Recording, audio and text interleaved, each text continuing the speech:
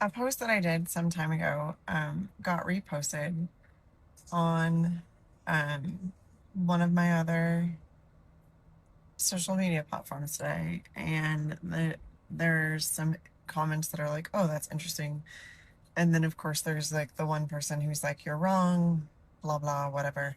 And the truth is, like, you can argue with the research. You can always argue with the research. You can always argue with a study. You can always find a competing argument because I some research is done at the university level, and the university level they are required to get published a certain number of times a year, and so they will research something and find basically a competing answer right away. So this guy leaves a comment saying that they have adjusted the standard and lowered it so far. Like, now the standard for this particular measurement has gone from 200 was normal, all the way up until June of 2025, when they all of a sudden shifted it to 160. And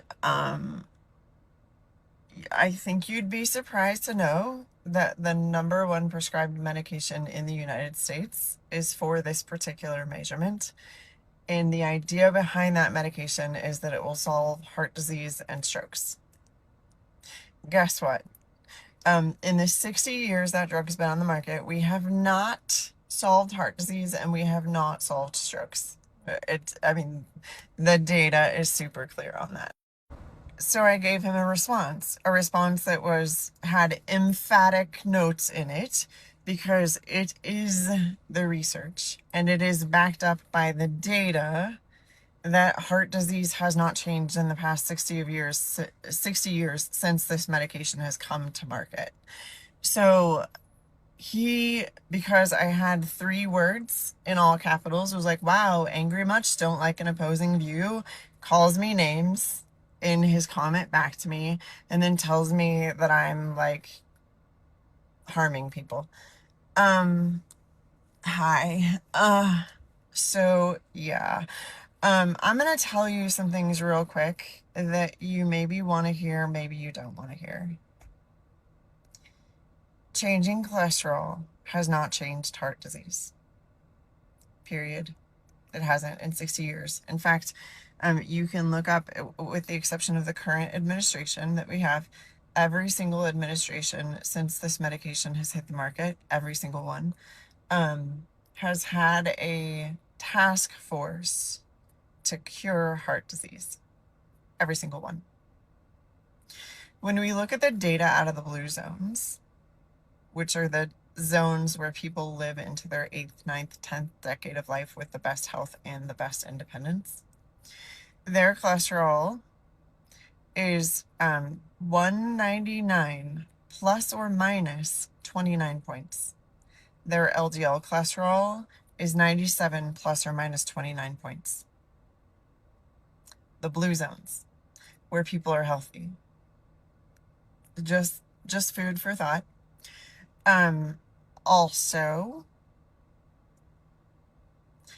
in 1995, 2008, 2012, the American Heart Association published research that said that homocysteine was more indicative of whether or not you'd have a heart attack or a stroke in the next 5 years.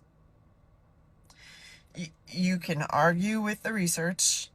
It was 3 separate studies done years apart, and they all said the same thing.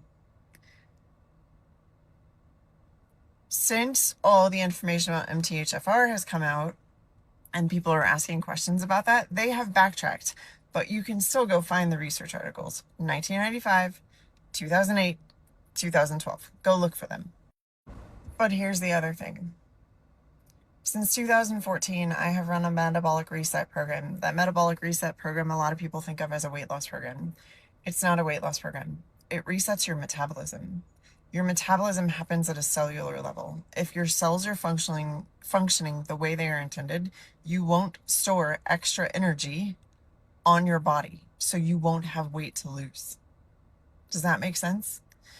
When your cells are acting the way that they are designed to do, and you are eating a nutrition plan that is healthy for you, which is different for every person, believe it or not.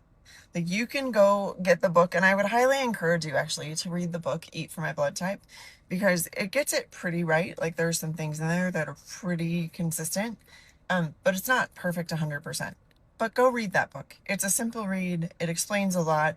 You'll understand what you should and shouldn't be eating, and all you have to go do is get a blood test that tells you what your blood type is to understand how to eat for your blood type. This nutrition plan actually causes people's cholesterol to elevate for a short period of time. But you know what happens when their cholesterol is elevated? They say they have more energy. They have better, more satisfactory bowel movements. They say they have less joint pain. They say their eyesight gets better. Their hair starts growing back. Their nails start growing. All of these things, they come off medications. I literally had an 80-year-old man come off of cholesterol medication, metformin, insulin, blood pressure medication, and his medication for his gout, and the medication for his kidney stones. 80 years old. He had been on those meds, some of them, for 60 years. All of them for at least 20 years. Was able to come off of them. It's been 3 years he hasn't had to go back on any of them. 80 years old. My goal is to work alongside your provider to get you into the absolute best health that you can ever possibly dream of, and more. That's my goal. I don't want you taking more than 5 supplements a day, period. Because that's ridiculous. You don't need that many.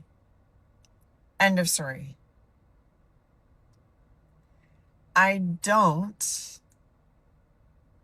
want to have you follow every fad that comes across your screen, because it's probably not for you. In fact, most of these things aren't for most people. They work for a small set of people.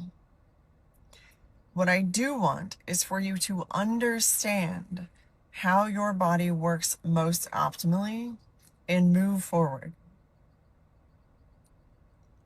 I teach the science. I teach it in a way that a 5th grader could understand it. And my whole base of my program is on this app for free. All you have to do is go binge watch content. Go far into the stuff, because it's back from like this stuff from 2020, 2021, 2022. It's all in there. It's literally all in there. And I have had people as young as 30 do this program and as old as 80. I've had women in perimenopause. I've had women in menopause. I've had women postmenopausal. I've had women who've had a forced menopause due to a surgery. I've had women who have a thyroid who don't have a thyroid. I've had women who have 8 autoimmune disorders. I've had people who have no autoimmune disorders. The goal is to get you to understand how your body is working and how to optimize it. If that's pulling a grift on you, I'm probably not for you. And if you're leaving comments and your only response, when you don't know anything else about the person because this is the first post you've ever come across, is to start name calling in the comments, it says a lot about you.